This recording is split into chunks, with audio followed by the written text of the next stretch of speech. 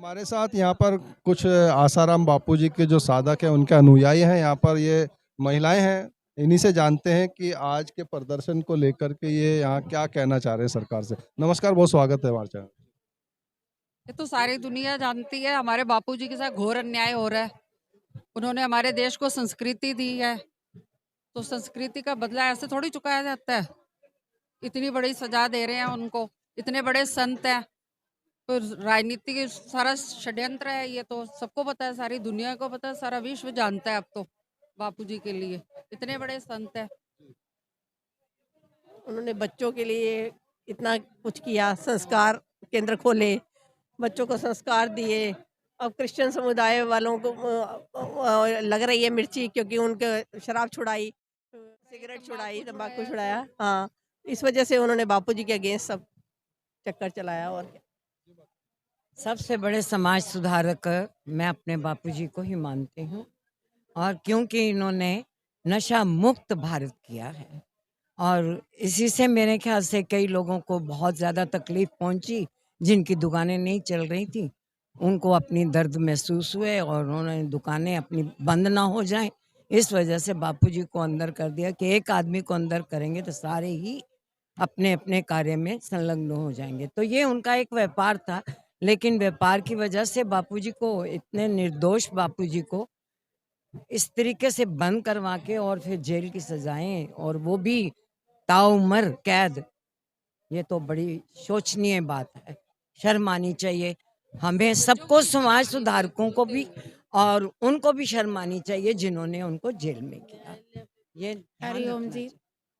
बापू जी हमारे, जब से हमारे जीवन में आए हैं, जब से हमने उनसे उनके सत्संग अटेंड किए, उनकी वाणी सुनी, तो उनसे हमें इतना ज्ञान मिला। अ, अधिक से अधिक जो भी मतलब घटनाएं जो हमारे साथ गलत घटनी थी, उनके साथ हम जन्म मृत्यु के बीच में खेल रहे थे।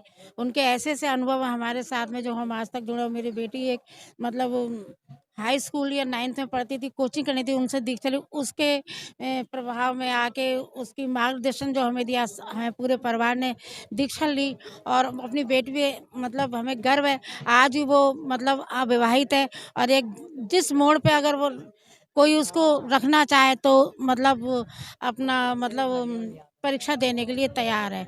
और बापूजी हमारे निर्दोष है, और उनके लिए निर्दोष ही रहेंगे।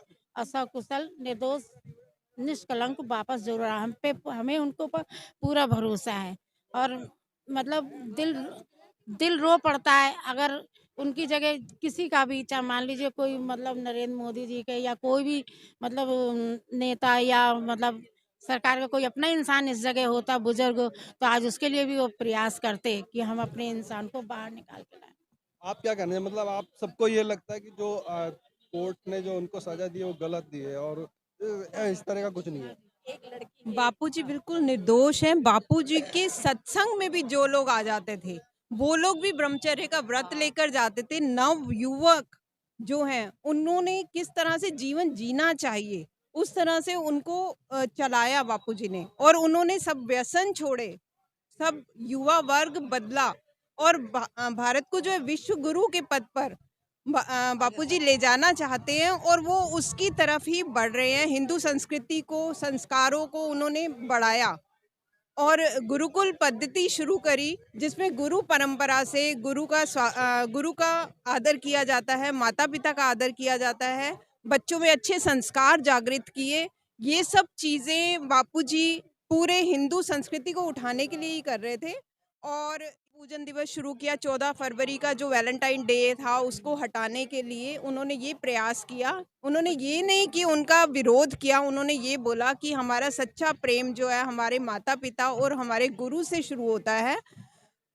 25 दिसंबर को उन्होंने तुलसी पूजन के विषय में बताया, सब लोगों को यही अच्छी प्रेरणा दी कि तुलसी जी का पूजन करें। तुलसी जी हमारे लिए एक उपयोगी औषधि के रूप में भी हैं, और तुलसी माँ का पूजन करना चाहिए। बहुत और धन्यवाद। ये पूरे विश्व में हो रहा है सब। माता पितृ पूजन दिवस भी, तुलसी पूजन दिवस भी 25 दिसंबर को पूरा विश्व मना रहा है। यहाँ के राजनेता भी मना रहे हैं, उनको भी ये सब अच्छा लगा है। ये हमारे सिर्फ बापूजी ही कर सकते हैं, बाकी और किसी में कोई दम नहीं है करने का। बहुत धन्यवाद। तो आपने देखा किस तरह से यहाँ पर जो आसाराम बापूजी के जो साधक हैं, जो उनके अनुयायी हैं, वो इस बात को मानने के लिए तैयार नहीं है कि जो उन पे जो जुर्म साबित हुए हैं वो उन्होंने ही किए हैं, बल्कि वो यहाँ जंतर मंतर पर इस प्रदर्शन के माध्यम से भारत सरकार से इस डिमांड कर रहे हैं, ये डिमांड कर रहे हैं कि पुनः सीबीआई जांच की मांग कर रहे हैं कि पुनः सीबीआई जांच हो।